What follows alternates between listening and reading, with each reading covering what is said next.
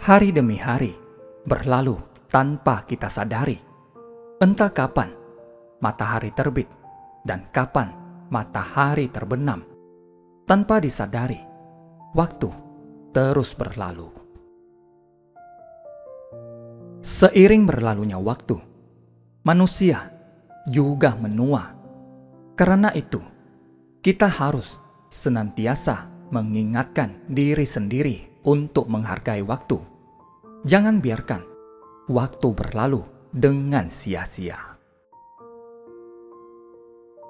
Kita hendaknya sering mengenang apa saja pencapaian kita, apa sumbangsi kita bagi masyarakat, dan sudahkah kita melakukan hal yang bermakna.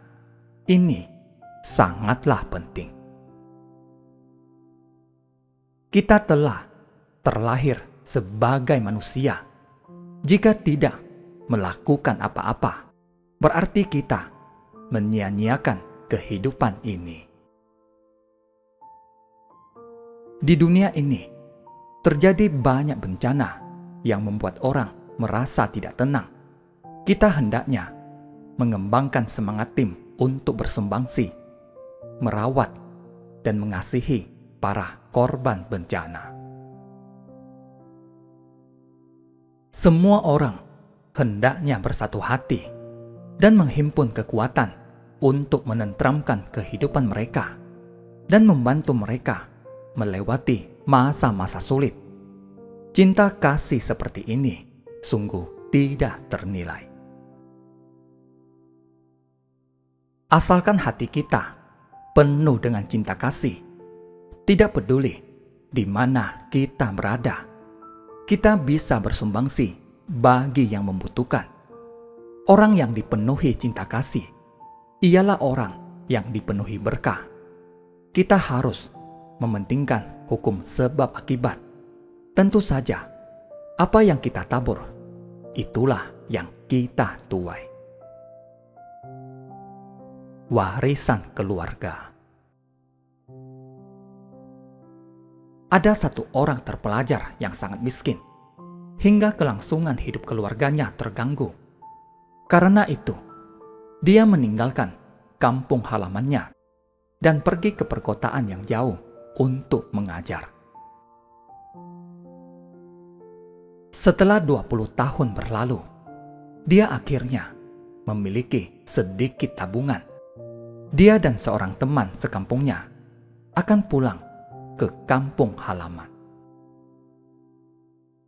Dalam perjalanan, saat berada di pinggiran kota, dia merasa sangat haus. Melihat sebuah gubuk di kejauhan, dia berkata pada temannya, "Mari kita minta sedikit air minum." Saat tiba di depan gubuk itu, mereka mendengar tangisan orang. Mereka sangat heran dan melihat ke dalam gubuk. Ternyata ada seorang wanita yang menangis. Mereka lalu bertanya padanya, "Mengapa kamu menangis pilu?" Wanita itu berkata pada mereka, "Suami saya sakit parah, tetapi saya tidak punya uang untuk mengobatinya. Kini saya hanya bisa menjual diri sendiri untuk mengobati suami saya dan membesarkan anak kami." Mendengar ucapannya, orang terpelajar itu berkata pada temannya, "Bagaimana jika kita masing-masing mengeluarkan sedikit uang untuk membantunya?" Temannya berkata, "Kita meninggalkan kampung halaman 20 tahun dan hidup hemat, baru memiliki sedikit tabungan. Jika memberikan uang pada mereka, kita tidak memiliki apa-apa lagi.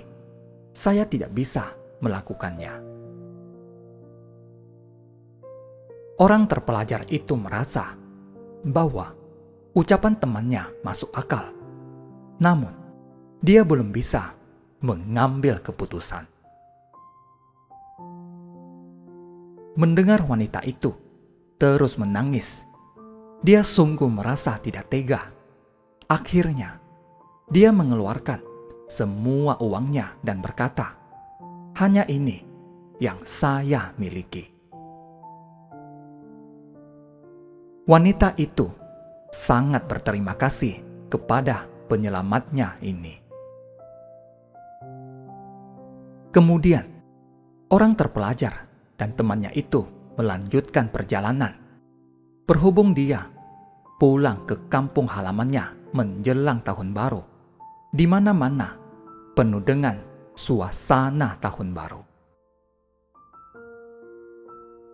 Istrinya sangat gembira melihatnya pulang. Istrinya berharap anak-anaknya bisa mendapatkan pakaian baru dan mereka dapat menyantap makanan malam tahun baru yang lezat. Dia berkata pada istrinya, "Saya lapar sekali." Istrinya berkata, "Tidak ada apapun di rumah sekarang." Dia berkata, "Asalkan bisa dimakan, apa saja boleh."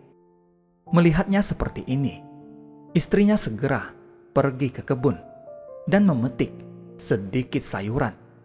Lalu, istrinya memasak sayuran itu dengan air dan menyajikannya untuknya. Melihat dia memakannya dengan gembira, istrinya bertanya padanya, apakah terjadi sesuatu dalam perjalanan? Dia lalu menceritakan segalanya pada istrinya. Mendengar ceritanya, istrinya berkata, "Saya sangat beruntung bisa menikah dengan pria sebaik dirimu yang bersedia menggunakan tabunganmu selama 20 tahun untuk menolong keluarga lain. Meski harus hidup susah bersamamu, saya tetap bersedia." Dia sangat tersentuh mendengar ucapan istrinya. Melihat cinta kasih orang tua, ketiga anak mereka berkata, "Kami akan tekun belajar dan tidak akan mengecewakan kalian." Ketiga anak itu belajar dengan tekun. Beberapa waktu kemudian, mereka bukan hanya sukses dalam berdagang, menghasilkan banyak uang, serta menjadi umat Buddha yang taat dan sering berdana, tetapi juga menjadi orang yang bermanfaat bagi masyarakat. Dalam hidup ini, dengan menabur benih karma baik, baru bisa menjalin jodoh baik dan memperoleh buah karma baik.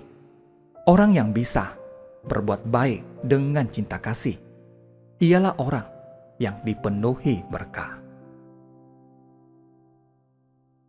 Sumbangsi pria itu telah menjadi teladan bagi istri dan anak-anaknya, sehingga mereka tahu mengasihi diri sendiri dan bekerja keras. Inilah kekayaan keluarga yang sesungguhnya. Inilah warisan untuk anak-anaknya. Inilah tanggung jawab kita sebagai manusia. Jadi, dengan memikul tanggung jawab, kita bisa mengembangkan kemampuan kita. Kondisi masyarakat zaman sekarang sangat mengkhawatirkan. Tanpa menabur benih yang baik, bagaimana kita menuai buah yang baik? Kita harus bekerja keras dahulu, baru bisa menikmati hasilnya. Jadi, kita harus belajar bersumbangsi. Asalkan bersumbangsi, kita pasti bisa meraih kebahagiaan dan kedamaian batin. Kita harus bersungguh hati untuk memahami hal ini. Tujuan kita semua ialah mencurahkan cinta kasih dan perhatian kepada semua makhluk yang menderita dan kekurangan. Kita terus mengimbau orang-orang untuk mengembangkan cinta kasih. Hari demi hari, tahun demi tahun terus berlalu. Seiring berlalunya tahun demi tahun, anak-anak terus bertumbuh dewasa, dan orang dewasa terus menua. Karena itu, kita harus menggenggam waktu. Berbuat baik tidak bisa ditunda. Berbakti kepada orang tua juga tidak bisa ditunda. Kita harus memanfaatkan kehidupan dan menggenggam waktu. Janganlah kita menyia-nyiakan waktu. Jika tidak, berarti kita menyia-nyiakan kehidupan. Saya yakin setiap orang bisa memanfaatkan waktu dengan baik. Dengan memanfaatkan kehidupan semaksimal mungkin, kita bisa membina berkah sekaligus kebijaksanaan. Terima kasih, semoga bermanfaat.